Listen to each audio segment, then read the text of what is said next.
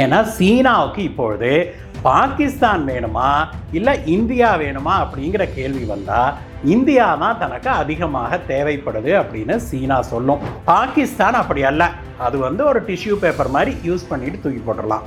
பங்களாதேஷுடைய ஒரு முன்னாள் இராணுவ அதிகாரி என்ன சொல்லியிருக்கிறாரு, பாகிஸ்தான் கூட இந்தியா போருக்கு போச்சுன்னா இந்த பக்கம் சீனா தங்க கூட சேர்ந்து பங்களாதேஷும் சீனாவும் சேர்ந்து இந்தியாவுடைய வடகிழக்க போய் நம்ம ஆக்கிரமிச்சிடணும் அப்படின்னு சொல்லி அவர் சொல்லியிருக்கிறாரு. இதை விட ஒரு ஜோக்கை நம்ம கேட்கவே முடியாது. காங்கிரஸ் ஆட்சி வரைக்கும் இருந்த பாரதம் அல்ல இது புதிய பாரதம். இந்த பாரதத்தை ஒரு வலிமையாக கட்டமைச்சு வச்சிருக்கிறாரு நம்முடைய பாரத பிரதமர் திரு நரேந்திர மோடி அவர்கள். This may be one of the best times that India can do that அப்படின்னு நம்ம சொல்லணும். அதாவது பாகிஸ்தான் ஆக்கிரமிப்பு காஷ்மீரை பிடிப்பதற்கு நமக்கு ஒரு நல்ல நேரமாக இது அமைஞ்சிருக்குது அப்படின்னே சொல்லணும். பாகிஸ்தான் ஒரு கேவலமான ஒரு தீவிரவாத இயக்கத்தை ஊக்குவிக்கிற ஸ்டேட் அப்படிங்கிற பேர் எல்லா பக்கம் ஆகிப்போச்சு. ஒன்று, பொருளாதார ரீதியிலையும் பாகிஸ்தான் இன்னைக்கு அப்படியே தெருவில் நிற்குது அப்படிங்கிறதான் உண்மை. இந்தியா பாகிஸ்தான் மேலே போர் தொடுத்து பாகிஸ்தான் ஆக்கிரமிப்பு காஷ்மீரையே பிடிச்சாலும் கூட ட்ரம்ப் அவர்கள் கண்டு காணாமல் இருப்பார் அப்படிங்கிறதான் என்னுடைய கணிப்பு. இதை எல்லாத்த விட சீனாவுடைய ஒரு மிகப்பெரிய பிளானே தவிடுபடி ஆயிரும். அது என்ன அப்படின்னா, சீனா எதுக்கு பாகிஸ்தானை இந்த அளவுக்கு தொங்குதுன்னா, உண்மையிலேயே இந்தியாவுக்கு நம்பகமான நாடு எது அப்படின்னு கேட்டிங்கன்னா ரஷ்யாவா அமெரிக்காவா அப்படின்னு கேட்டிங்கன்னா ஒரே வார்த்தை தான், ரஷ்யா தான்.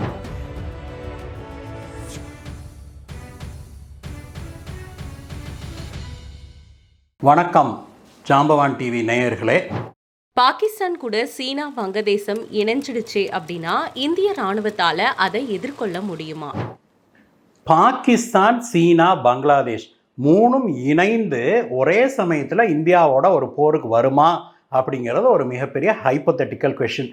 ஒருவேளை அப்படி நடக்க முடியுமா அப்படிங்கிறத நம்ம பார்த்தோம் அப்படின்னா, முதல்ல இப்போ பாகிஸ்தானுக்கும் இந்தியாவுக்கும் ஒரு போர் வந்தது அப்படின்னா சீனா நேரடியாக தலையிடாது அப்படிங்கிறத நம்ம முதல்ல புரிஞ்சுக்கணும்.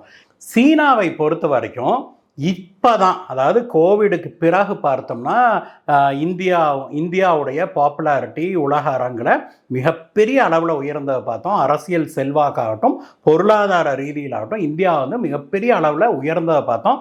அதை கண்டு வைத்தறிச்சல கல்வான் பிரச்சனையை சீனா செய்ததையும் நம்ம பார்த்தோம். அதில் சீனா மிகப்பெரிய தோல்வி அடைஞ்சதையும் நம்ம பார்த்தோம்.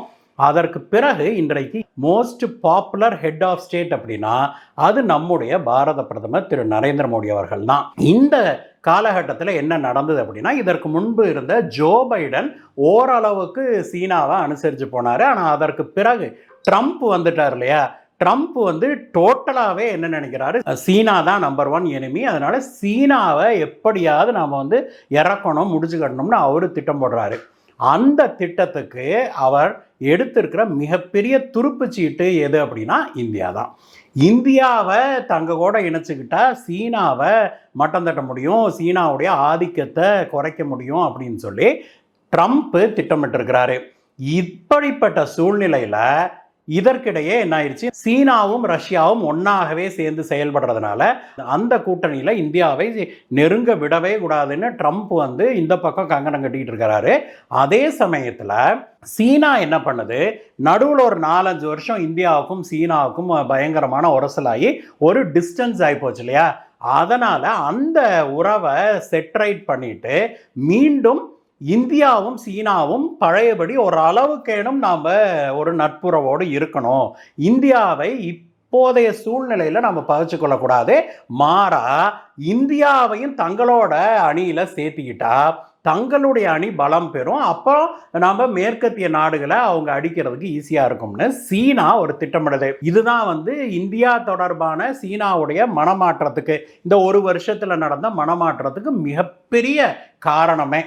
இப்படிப்பட்ட சூழ்நிலையில் பாகிஸ்தானோட கைகோர்க்குமா சீனா அப்படின்னா இல்லவே இல்லை, கைகோர்க்காது அப்படின்னு தான் சொல்லுவேன். அட்லீஸ்ட் நேரடியாக வெளிப்படையாக கைகோர்க்காது. ஏன்னா சீனாவுக்கு இப்பொழுது பாகிஸ்தான் வேணுமா இல்லை இந்தியா வேணுமா அப்படிங்கிற கேள்வி வந்தால் இந்தியா தான் தனக்கு அதிகமாக தேவைப்படுது அப்படின்னு சீனா சொல்லும். அப்படிப்பட்ட ஒரு சூழ்நிலை தான் இன்னைக்கு உலக அரங்கில் இருக்குது. நீங்கள் ஐக்கிய நாடுகள் சபை எடுத்தாலும் சரி, எந்த ஃபோரம் எடுத்தாலும் சரி, பிரிக்ஸ் எடுக்கலாம், எது எடுத்தாலும் இன்றைக்கு இந்தியாவுடைய தயவு சீனாவுக்கு தேவைப்படுது. பாகிஸ்தான் அப்படி அல்ல. அது ஒரு டிஷ்யூ பேப்பர் மாதிரி யூஸ் பண்ணிட்டு தூக்கி போட்டுடலாம். அதற்காக சீனா தலையிடாதா அப்படின்னா, மறைமுகமாக சீனா பாகிஸ்தானை தூண்டிவிடும். இந்தியாவை வீக்கன் பண்ணணும், ஆனால் தான் அதை பண்ணினேன் அப்படிங்கிறது வெளியில் தெரியக்கூடாது. ஸோ பேசிக்கலி இதுதான் சீனாவுடைய ஸ்ட்ராட்டஜி. அதனால் பாகிஸ்தானுக்கும் இந்தியாவுக்கும் ஒரு போர் மூண்டுது அப்படின்னாக்க பாகிஸ்தானுக்கு தேவையான சப்ளைஸை கொடுக்கும். இப்போ சில நாட்களுக்கு முன்பு பார்த்தோம் அப்படின்னாக்க சீனா தன்னுடைய ஏவுகணைகளை PI-15 ரக ஏவுகணைகளை சீனா பாகிஸ்தானுக்கு கொடுத்ததாக செய்திகள் வெளியாச்சு இல்லையா. இந்த PI-15 அப்படிங்கிறது 200 கிலோமீட்டர் இருந்து 300 கிலோமீட்டர் வரைக்கும் சென்று தாக்கக்கூடிய செயல். அது அந்த ஏவுகணைகளை சீனா கொடுத்தது உறுதி செய்யப்பட்டிருக்குது. அதே சமயத்தில் சீனா அதை தாண்டி பெரிய அளவில் உதவி செய்ய முன்வரலை அப்படிங்கிறத நேற்று சீனா வெளியிட்ட அறிக்கையில் நமக்கு தெளிவாக தெரியுது. அதனால் பாகிஸ்தான் சீனா தனக்கு நேரடியாக ஹெல்ப் பண்ணும் அப்படின்னு எதிர்பார்த்தா ஹெல்ப் பண்ணாது. அதே மாதிரி பங்களாதேஷ் நேற்று ஒரு பிரச்சனை கிளப்புச்சு இல்லையா. பங்களாதேஷுடைய ஒரு முன்னாள் இராணுவ அதிகாரி என்ன சொல்லியிருக்கிறாரு, பாகிஸ்தான் கூட இந்தியா போருக்கு போச்சுன்னா இந்த பக்கம் சீனா தங்க கூட சேர்ந்து பங்களாதேஷும் சீனாவும் சேர்ந்து இந்தியாவுடைய வடகிழக்க போய் நம்ம ஆக்கிரமிச்சிடணும் அப்படின்னு சொல்லி அவர் சொல்லியிருக்கிறாரு. இதை விட ஒரு ஜோக்கை நம்ம கேட்கவே முடியாது. ஏங்க, அவரும் ஒரு மிலிட்ரி ஆஃபீஸர் தான். அப்படி என்ன இந்தியா பாகிஸ்தான் கூட போருக்கு போச்சு அப்படின்னா இந்த ஃப்ரண்டியரை நம்ம சும்மா விட்டுருவோமா? இங்கே எதுவுமே இருக்காதா? நம்மளுடைய தற்காப்புக்கு படை இருக்காதா அப்படிங்கிற கேள்வி எழுது. அடுத்தது இதில் நம்ம என்ன புரிஞ்சுக்கணும்னா, ரெண்டாவதாக பங்களாதேஷ் என்ன ட்ரை பண்ணுது, சீனாவை உள்ளே இழுக்க ட்ரை பண்ணுது. ஆனால் அதற்கெல்லாம் சீனா அசைய போகிறது கிடையாது அப்படிங்கிறத நம்ம தெளிவாக புரிஞ்சுக்கணும்.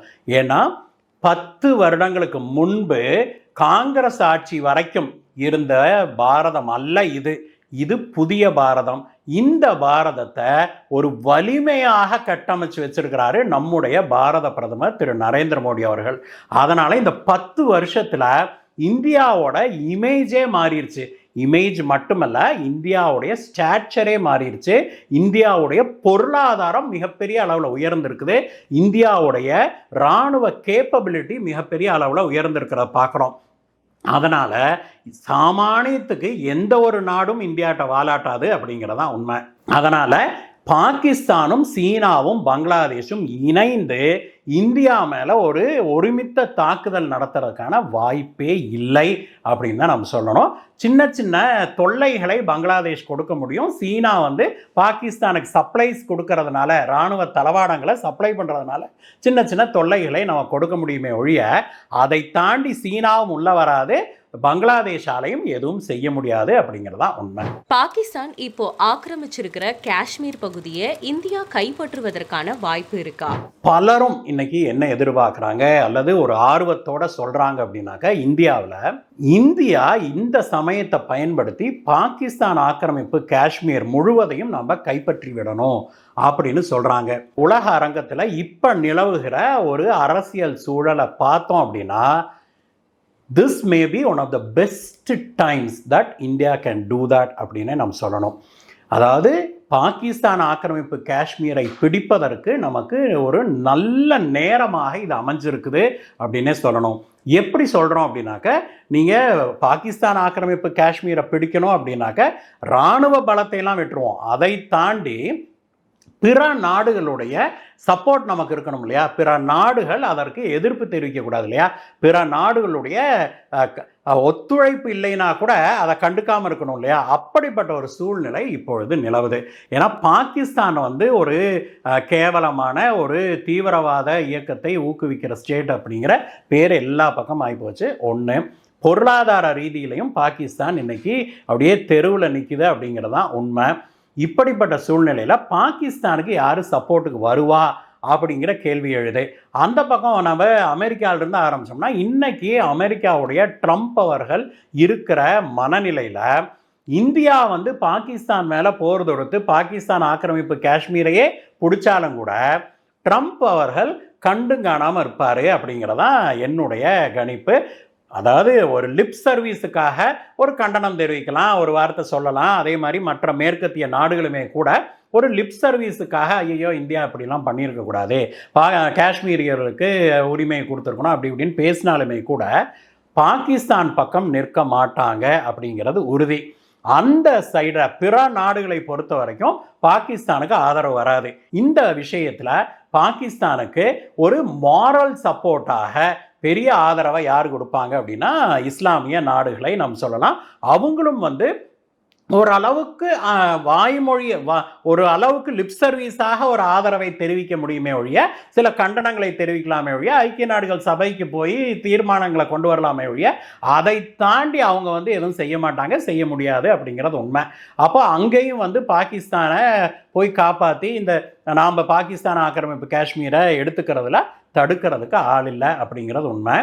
ஆனால் இந்தியா வந்து பாகிஸ்தான் ஆக்கிரமிப்பு காஷ்மீரை பிடிக்குது அப்படின்னா அதை தடுக்கணுங்கிற எண்ணம் கொண்ட, தடுக்கணுங்கிற உத்வேகம் கொண்ட ஒரு நாடு இருக்குது அப்படின்னா அது சீனா தான். சீனா வந்து இதை ஆதரிக்காது. சீனா, இன்னும் சொல்ல போனா சீனா வந்து இதை அலோவ் பண்ணாது அப்படிங்கிறதா நம்முடைய கணிப்பாக இருக்குது. ஏன் அப்படின்னா பாகிஸ்தான் ஆக்கிரமிப்பு காஷ்மீர்ல சீனா வந்து பல அடிப்படை கட்டமைப்புகளை ஏற்படுத்தி வருது. அப்போ சீனாவுடைய இன்வெஸ்ட்மெண்ட் பாகிஸ்தான்ல, குறிப்பாக பாகிஸ்தான் ஆக்கிரமிப்பு காஷ்மீர் பிஓகேன்னு சொல்றாங்க, அதுக்கப்புறம் பார்த்தோம்னா கில்கித் பல்திஸ்தான், இதெல்லாம் பாகிஸ்தான் ஆக்கிரமிப்பு காஷ்மீர் தானே. இதுல எல்லாம் பார்த்தா நிறைய இன்வெஸ்ட்மெண்ட் பண்ணியிருக்குது. பல பெரிய டேம்களை கட்டியிருக்குது, ஹைட்ரோ எலக்ட்ரிக் ப்ராஜெக்ட்ஸ் போடுது, சாலைகள் போட்டிருக்குது, நிறைய கட்டியிருக்குது. அதுக்கப்புறம் பார்த்தீங்கன்னா குவாதார் துறைமுகம் இருக்குது. இது நாம் போய் பிடிச்சோம்னா அவங்க பலூச்சிஸ்தான் தனிநாடு கேட்டு அவங்க தனியாக கிளம்பிடுவாங்க இல்லையா, அதெல்லாம் இருக்குது. இதை அதனால சீனா விடாது அப்படிங்கிறது ஒன்று. இதை எல்லாத்த விட சீனாவுடைய ஒரு மிகப்பெரிய பிளானே வந்து தவிடுபடி ஆயிரும். அது என்ன அப்படின்னா, சீனா எதுக்கு பாகிஸ்தானை இந்த அளவுக்கு தொங்குதுன்னா, அந்த சிபிஇசி திட்டத்தை பாகிஸ்தானுக்கு வழங்கினது எதுக்காக? சைனா பாகிஸ்தான் எக்கனாமிக் காரிடார்னு சொல்றோம் இல்லையா, அது எதுக்காக அப்படின்னா சீனாவுடைய ஏற்றுமதி இறக்குமதி இருக்குது இல்லையா, அதுல 80% மலாக்கா ஸ்ட்ரெய்ட்ஸ் வழியாக தான் வருது நண்பர்களே. சிங்கப்பூர் மலேசியா வழியாக வருகிற இந்த மலாக்கா ஸ்ட்ரெய்ட்ஸ் வழியாக வந்து தான் இந்திய பெருங்கடலுக்கு வர முடியும். ஒரு போர் வந்தது அப்படின்னா இந்தியா வந்து ஒரு சில மணி நேரங்களுக்குள்ளாக, நமக்கு அந்தமான்ல ஒரு நேவல் பேஸ் இருக்குது இல்லையா, அங்க இருந்து நம்ம கப்பல் அனுப்பி ஒரு சில மணி நேரங்களுக்குள்ளாக மலாக்கா ஸ்ட்ரெய்ட்ஸை நாம வந்து நம்ம கண்ட்ரோல்ல கொண்டு வர முடியும். அது வழியாக போற கப்பலை எல்லாம் நாம தடுத்துட முடியும். அப்படி தடுத்துட்டோம் அப்படின்னா சீனாவுடைய போர்க்கப்பல்கள் கூட இந்தியாவை நோக்கி வர முடியாது. அது மட்டும் இல்ல, சீனாவுக்கான சப்ளைஸ் எதுவுமே போய் சேராது. இதுக்கு தான் சீனா வந்து என்ன பண்ணியிருக்குது அப்படின்னாக்க, சீனாவுடைய ஜின்ஜியாங் மாகாணத்தில் இருக்கிற கஷ்கார் அப்படிங்கிற ஒரு நகரத்தில் இருந்து ஒரு மிகப்பெரிய சாலையை போட்டிருக்குது பாகிஸ்தானுக்குள்ள. அந்த சாலை வந்து கீழே குவாதார் துறைமுகம் வரைக்கும் வருது, இந்த பக்கம் கராச்சி வரைக்கும் வருது. காரக்கோரம் ஹைவே அப்படின்னு அழைக்கப்படுகிற இந்த மிகப்பெரிய சாலை இருக்குது இல்லையா, இந்த சாலை வழியாக இப்பொழுது சீனா சரக்கு போக்குவரத்தை பெரிய அளவில் நடத்த ஆரம்பிச்சிருக்குது. அப்போ சீனாவுடைய சரக்குகள்லாம் அங்க சீனாவுடைய கிழக்கு கரைக்கு போய் கப்பல்ல ஏற்றி அது சுத்திக்கிட்டு இப்படி வந்து கல்ஃபுக்கும் ஐரோப்பா நாடுகளுக்கும் போறதுக்கு பதிலாக இப்பொழுது என்ன பண்றாங்க, ஈஸியா சீனாவுடைய ஜின்ஜியாங் மாகாணத்திலிருந்து அப்படியே சாலை மார்க்கமாகவே லாரியில ஏற்றி கொண்டு வந்து குவாதார் துறைமுகத்திலிருந்தும் கராச்சி துறைமுகத்திலிருந்தும் இவங்க கப்பல்ல அனுப்ப முடியும். அப்படிங்கிறதுனால சீனா வந்து அந்த மிகப்பெரிய சாலையை போட்டிருக்குது. இந்த சாலை எது வழியாக போகுதுன்னா, இது பாகிஸ்தான் ஆக்கிரமிப்பு காஷ்மீர் வழியாக தான் போகுது நண்பர்களே. இந்த சாலை திட்டம் ஆரம்பிக்கிறதுக்கு முன்னாடியே இதை அவங்க அறிவித்த போது நம்முடைய இந்திய அரசாங்கம், அன்றைய காங்கிரஸ் அரசாங்கம் பெயரளவில் ஒரு எதிர்ப்பை தெரிவிச்சுட்டு உற்றுச்சை ஒழிய அதை தடுப்பதற்கான எந்த நடவடிக்கையும் எடுக்கல. நீங்க சீனாவை எடுத்துக்கோங்களேன், இன்னைக்கு கூட நம்ம நாட்டு பகுதியான அருணாச்சல் பிரதேஷுக்கு இந்தியாவுடைய அரசியல் தலைவர்களோ பெருந்தலைவர்களோ போனாங்கன்னா கூட அதற்கு எதிர்ப்பு தெரிவிக்குது சீனா. ஆனால் நாம் என்ன பண்ணுறோம், பாகிஸ்தான் ஆக்கிரமிப்பு காஷ்மீர் இந்தியாவுடையது, பாகிஸ்தான் ஆக்கிரமிச்சு வச்சிருக்குது, அது ஒரு இல்லீகல் ஆக்கியபேஷன், அது டிஸ்பியூட்டட் டெரிட்டரி அப்படிங்கிறது உலகமே அப்படியே அங்கீகரிச்சிருக்குது.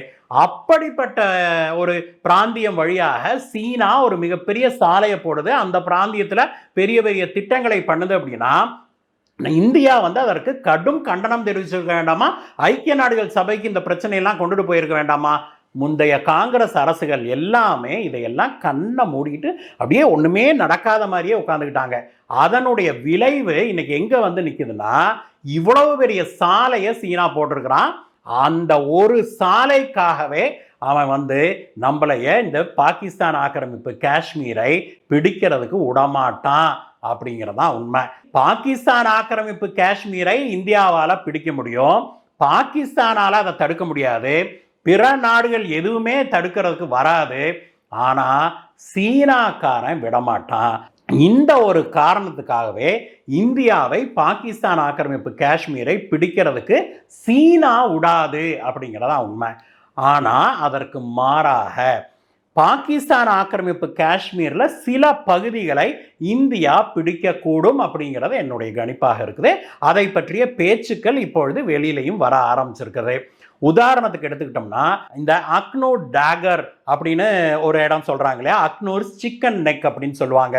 அந்த பகுதியில் இந்த மாதிரி ஒரு இடத்துல பாகிஸ்தான் நடுவில் இருக்கும், சுற்றி வர இந்தியாவுடைய பகுதிகள் இருக்குது. சியால்கோட்லேருந்து ஒரு சில கிலோமீட்டர்கள் தள்ளி தான் இந்த அக்னூர் சிக்கன் நெக் இருக்குது. அந்த சிக்கன் நெக்குடைய அந்த நெக் பகுதி இருக்குல்ல, இந்த பகுதி பார்த்தோம்னா கிட்ட வெறும் 2.5 கிலோமீட்டர் அகலம் தான் நண்பர்களே. அந்த 2.5 கிலோமீட்டரை இந்தியா பிடிச்சிருச்சு அப்படின்னா அதற்கு அந்த பக்கம் இருக்கிற எல்லா பகுதியுமே இந்தியாவுடைய பகுதி ஆயிரும். பாகிஸ்தானுக்கு இந்தியா தக்க பாடம் புகட்டணும் அப்படின்னு உறுதியாக இருக்கிறது நம்ம எல்லாத்துக்குமே தெரியும். நம்முடைய பிரதமர் அவர்கள் பீகாரில் வச்சு கூட இதை பயங்கர ஃபோர்ஸாக சொல்லியிருக்கிறாரு. அது இப்படி கூட மாறலாம் அப்படிங்கிறது நம்முடைய கணிப்பாக இருக்குது. இந்த மாதிரி இந்த முதல் வேலையாக அக்னூர் டேகர் இருக்கு இல்லையா, அக்னூர் சிக்கன் நெக், அதை நாம் அந்த பகுதியை நாம் பிடிச்சிட்டு நிரந்தரமாக இந்தியாவோடு இணைப்பதற்கான வாய்ப்பு இருக்குது. இது போன்ற ஒரு சில பகுதிகளை இந்தியா பிடிச்சு இந்தியாவோடு நிரந்தரமாக இணைச்சிக்கிட்டு பாகிஸ்தானுக்கு ஒரு நல்ல பாடத்தை கற்பிக்கிறதற்கு வாய்ப்பு இருக்குது அப்படின்னு நினைக்கிறோம். ஆனால் பாகிஸ்தான் ஆக்கிரமிப்பு காஷ்மீர், கில்கித் பல்திஸ்தான் எல்லாத்தையும் சேர்த்து முழுமையாக இப்போ நாம் பிடிப்போமா அப்படின்னா அது ஒரு மிகப்பெரிய கேள்விக்குறி தான். அப்படி அதற்கான முயற்சியை எடுத்தால் நமக்கு மிகப்பெரிய தடைகளாக சீனா தான் இருக்கும். அப்போ பாரத பிரதமர் சீனாவை எப்படி ஹேண்டில் பண்ணுறாரு, ராஜதந்திர முறையில் சீனாவை ராஜதந்திர முறையில் நீங்கள் தலையிடாதீங்க, உங்களோட ப்ராஜெக்ட்ஸ் எல்லாம் சேஃபு, நாங்களும் அதை கண்டினியூ பண்ணுறோம் அப்படின்னு ஏதாவது ஒரு உறுதி வார்த்தை கொடுத்தோமானால் அது நடக்கும். அப்போ பாகிஸ்தான் ஆக்கிரமிப்பு காஷ்மீரை வசப்படுத்திக்க முடியும் நாம அப்படிங்கிறது தான் நம்மளுடைய பார்வையாக இருக்குது நண்பர்களே. ஒரு சில வாரங்களில் இது தெரிஞ்சு போயிடும் அப்படின்னு தான் நினைக்கிறோம். உண்மையிலேயே இந்தியாவுக்கு நம்பகமான நட்பு நாடு எது, அமெரிக்காவா ரஷ்யாவா? உண்மையிலேயே இந்தியாவுக்கு நம்பகமான நாடு எது அப்படின்னு கேட்டிங்கன்னா ரஷ்யாவா அமெரிக்காவா அப்படின்னு கேட்டிங்கன்னா ஒரே வார்த்தை தான், ரஷ்யா தான். இந்தியா சுதந்திரம் அடைந்த காலத்தில் இருந்தே இந்தியாவோடு ரஷ்யா நல்ல இணக்கமான ஒரு நட்பை வச்சிருக்குது. பழைய சோவியத் காலத்திலேருந்தே, யுஎஸ்எஸ்ஆர் காலத்திலிருந்தே நாம் நெருங்கிய நண்பர்களாக தான் இருந்திருக்கிறோம். Friend in need is a friend in deed அப்படின்னு சொல்லுவாங்க இல்லையா ஆங்கிலத்தில், தோள் கொடுப்பான் தோழன் அப்படின்னு சொல்லுவோம்ல தமிழில். அதே மாதிரி இந்தியாவுக்கு எப்பொழுதெல்லாம் தேவைப்பட்டதோ அப்பொழுதெல்லாம் எந்த நாடு நமக்கு கூட நின்றுருக்குதுன்னு பார்த்தோம்னா அது ரஷ்யா தான். காஷ்மீர் பிரச்சனை ஆரம்ப காலத்திலிருந்தே பெரிய பிரச்சனையாக வந்த போதெல்லாம் ஒவ்வொரு தடவையும் ஐக்கிய நாடுகள் சபையில் செக்யூரிட்டி கவுன்சிலில் இந்தியாவுக்கு எதிராக அமெரிக்காவும் பாகிஸ்தானும் பிற நாடுகளும் கொண்டு வந்த காஷ்மீர் தொடர்பான தீர்மானங்களை எல்லாம் ஒவ்வொரு முறையும் வீட்டோ பண்ணி அதை நிறுத்தினது யாரு அப்படின்னா அது ரஷ்யா தான். ஒரு முறை அல்ல, 2 முறை அல்ல, 3 முறை இதே காஷ்மீர் விவகாரத்துக்காக இந்தியாவுக்காக தன்னுடைய வீட்டோ பவரை பயன்படுத்தி இருக்குது ரஷ்யா அப்படிங்கிறத நம்ம சொல்ல வேணும். அது மட்டும் இல்ல, அதற்கு பிறகு ரொம்ப ஒரு நம்பகமான நண்பனாகவே இருந்திருக்குது. ராணுவ தளவாடங்கள் விஷயத்திலையும் சரி, ராணுவ தளவாடங்களை இந்தியாவுக்கு சப்ளை பண்றது மட்டும் இல்ல, இந்தியாவுக்கு தேவைப்படும் போதெல்லாம் கொடுக்கறது மட்டும் இல்ல, நமக்கு டெக்னாலஜி டிரான்ஸ்ஃபரையும் பண்றாங்க ரஷ்யா. அதே சமயத்தில் அமெரிக்காவை எடுத்துக்கிட்டோம்னா, America is still the world's biggest bully அப்படின்னே சொல்லணும். இந்தியா சுதந்திரம் அடைந்த போது எல்லாருமே என்ன நினைச்சாங்க, நம்முடைய முதல் பிரதமரான நேரு உட்பட எல்லாருமே என்ன நினைச்சாங்கன்னா, இந்தியா வந்து எல்லா மதங்களையும் ஏற்றுக்கொள்கிற ஒரு நல்ல ஜனநாயக நாடு. அதனால மேற்கத்திய நாடுகள், ஜனநாயகத்தை தூக்கி தலையில வச்சுக்கிட்டு ஆடுற மேற்கத்திய நாடுகள் எல்லாம் இந்தியாவோடு தான் கைகோர்த்து நிற்பாங்க அப்படின்னு சொல்லி நம்முடைய முதல் பிரதமர் திரு ஜவஹர்லால் நேரு அவர்கள் தப்பு கணக்கு போட்டார். அமெரிக்கா, இங்கிலாந்து மற்றும் எல்லா மேற்கத்திய நாடுகளும் பாகிஸ்தானை தான் ஆதரிச்சாங்க, இந்தியாவை இல்லை அப்படிங்கிறது தெரிஞ்சுது. அமெரிக்காவை பொறுத்த வரைக்கும் நம்ம நம்பவே முடியாது. நீங்கள் இதற்கு முன்பு ட்ரம்ப் இருந்தார் இல்லையா, அவருடைய காலகட்டத்தையே எடுத்துக்குவோம். ஏன்னா இன்னைக்கு ட்ரம்ப் வந்து இந்தியாவுக்கு ரொம்ப ஆதரவாக இருக்கிறாரு அப்படி இப்படிலாம் வெளியில் வந்து பேசிக்கிறோம் இல்லையா, அதை எடுத்துக்கிட்டோம்னா கூட ட்ரம்ப்பே என்ன பண்ணார், இதற்கு முன்பு இருந்த காலகட்டத்தில் இந்தியாவோடு ரொம்ப இணக்கமாக தான் இருந்தார்.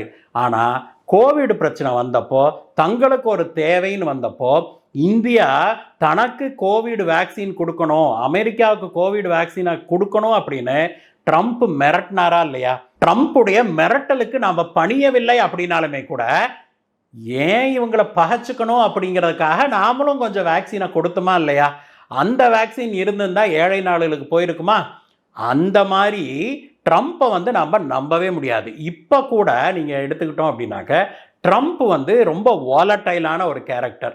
அவர் வந்து தனிப்பட்ட முறையில் நம்ம எப்படி எடுத்துக்கிட்டாலும் சரி, அவர் வந்து நம்பகத்தன்மையற்றவர் அப்படிங்கிறத பலரும் உணர்ந்திருக்கிறாங்க. இந்தியாவுக்கும் அது நல்லா தெரியும். ட்ரம்ப்பை கூட விட்டுருங்க, பொதுவாக நம்ம அமெரிக்கா மற்றும் மேற்கத்திய நாடுகள்னு எடுத்தோம்னாலே எப்போதுமே அவங்க ஒரு ஆன்டி இந்தியாவாக தான் இருந்திருக்கிறாங்க அப்படிங்கிறத பார்க்குறோம். இன்னைக்கு அமெரிக்காவுடைய பொருளாதாரம் வீழ்ச்சி அடையுது, அதனால அமெரிக்காவுக்கு சேல்ஸ் ஆகணும் அப்படிங்கிறதுனால இந்தியாவை வந்து நீங்கள் இராணுவ தளவாடங்கள்லாம் வாங்கிக்கோங்க அப்படி இப்படின்னு சொன்னாலும் கூட பல சந்தர்ப்பங்களில் நம்ம கேட்டு அவங்க கொடுக்கவே கிடையாது நமக்கு அப்படிங்கிறதும் நமக்கு தெரியும். அந்த சமயங்கள்ல எல்லாம் ரஷ்யா தான் நமக்கு வந்து உதவியாக நின்றுருக்குது. உதாரணம், எல்லாத்தை விட மேலாக 1972 இந்திய பாகிஸ்தான் போர் வந்தபோது அமெரிக்கா வந்து தன்னுடைய விமானம் தாங்கி கப்பலை இந்தியாவை நோக்கி திருப்பி அனுப்பிச்சு இந்தியாவை மிரட்டுவதற்காக, பாகிஸ்தானோட போர் புரிஞ்சா பாகிஸ்தானுக்கு ஆதரவாக நாங்கள் வருவோம் போருக்குன்னு சொல்லாமல் சொல்லிச்சு அமெரிக்கா. அப்படி அமெரிக்காவுடைய மிரட்டல் வந்தபோது ஒரே வார்த்தை தான் ரஷ்யா என்ன சொல்லுச்சு, இந்தியா மீது கை வைத்தால் நாங்கள் இந்தியாவுக்கு ஆதரவாக களமிறங்குவோம் சொன்னதுனால அமெரிக்கா அப்படியே கப்சுப்புன்னு ஆடிருச்சு. இப்படி ஒவ்வொரு சமயத்திலையும் இந்தியாவோடு நின்ற ஒரு நல்ல நண்பனை இந்தியா என்றைக்குமே இழக்காது. அதே போல தான் ரஷ்யா சீனாவுக்கு எவ்வளவு நெருக்கமாக மாறினாலும் கூட இந்தியாவுக்குன்னு ஒரு தனி இடம் இருக்குது ரஷ்யர்களுடைய மனதில். அதனால் கண்டிப்பாக ரஷ்யா தான் நமக்கு நல்ல நண்பன் அப்படிங்கிறத நம்ம உறுதியாக சொல்லலாம். இந்த வாய்ப்பை வழங்கிய ஜாம்பவான் டிவி நேயர்களுக்கும் ஜாம்பவான் டிவிக்கும் என்னுடைய நன்றியை தெரிவிச்சுக்கிறேன்.